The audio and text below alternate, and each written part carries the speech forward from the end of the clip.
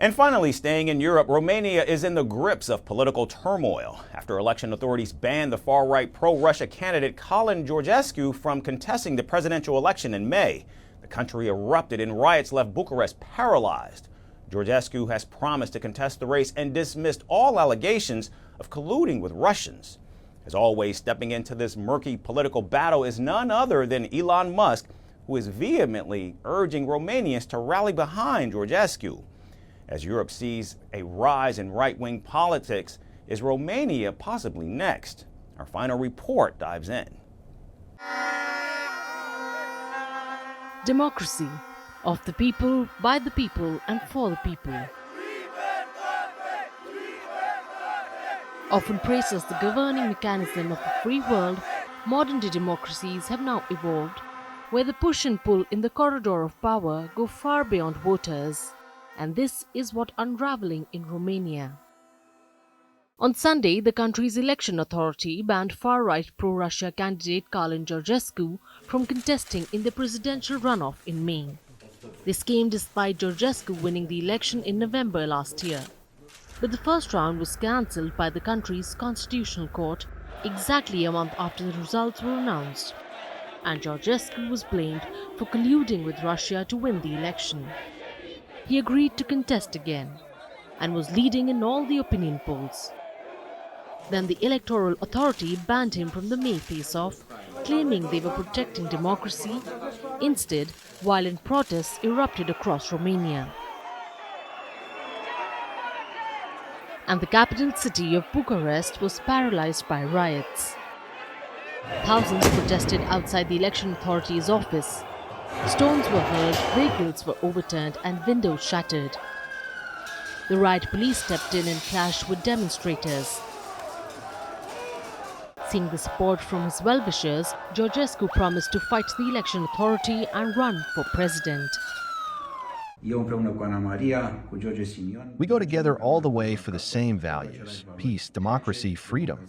I thank the Romanian people for everything they do, but I ask you once again, all in silence, all in peace, and in good knowledge of reality, the fact that we should not give birth to violence or other forms of this kind compared to how it was last night. We are moving forward with great confidence for the future of this country.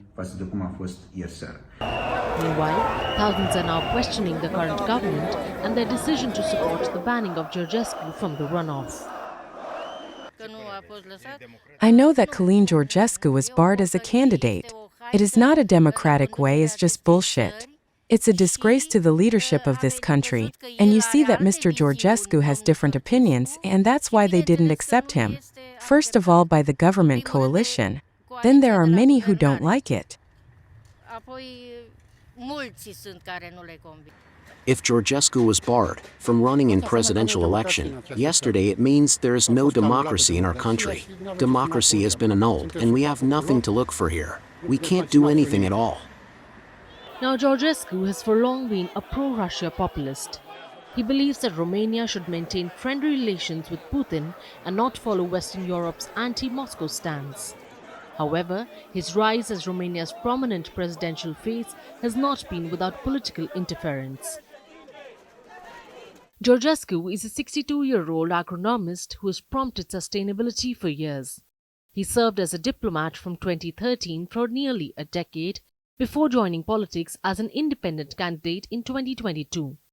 He won the 2024 presidential election with almost 23% of the vote, but his win was declared undemocratic and a rerun was announced for May this year. He was briefly detained by authorities in February for questioning. Before being released, Georgescu remains under criminal investigation on 6 counts, including being a member of a fascist organization, racism and xenophobia, promoting genocide against humans and war crimes, establishing anti-Semitic organizations, actions against the constitutional order, and communicating false information about campaign funding. Georgescu has denied all wrongdoings, as his popularity continues to surge not just in Romania but beyond as well. His most recent fan is none other than billionaire Elon Musk.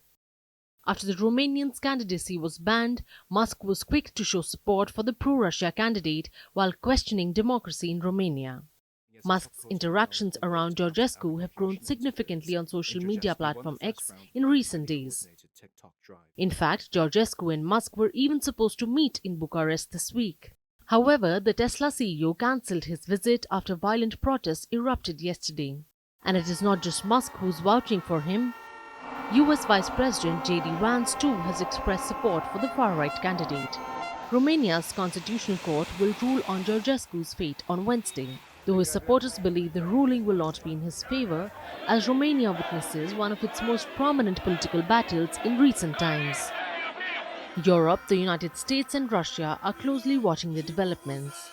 As more Western nations elect right-wing leaders, the question remains, is Romania next? Or is this the new way of stopping the right-wing wave?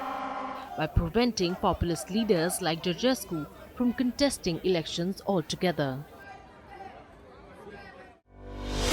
Merci beaucoup. Hi, how are you? Very well, thank you. Thank you for being here. Namaste, Mr. President. Bharat Kelogon, Komeri Namaste. How many people generally follow you in interviews? Typically in a month we have viewers up to 150 million, that's more than twice the population of France. And in the last 2 years we had 3 billion viewers. So I say, Laurent, this is your chance to be famous. You're on Firstpost. One word to describe your equation with Prime Minister Modi. Amitié. As India and France work together, are you creating a new era of non-alignment in the technology space? India is a training superpower. 1 million engineers a year, more than all of Europe and the US combined. So we have that partnership. We have a partnership on the environment and the economy. We also have civilian nuclear programs, and that is something we've developed far beyond the France-India relationship. So we want to work together on AI. And then comes China with its DeepSeek, creating models at a fraction of the cost. Did that innovation take you by surprise? Did that breakthrough make you sit up and think, what did the Chinese do and how?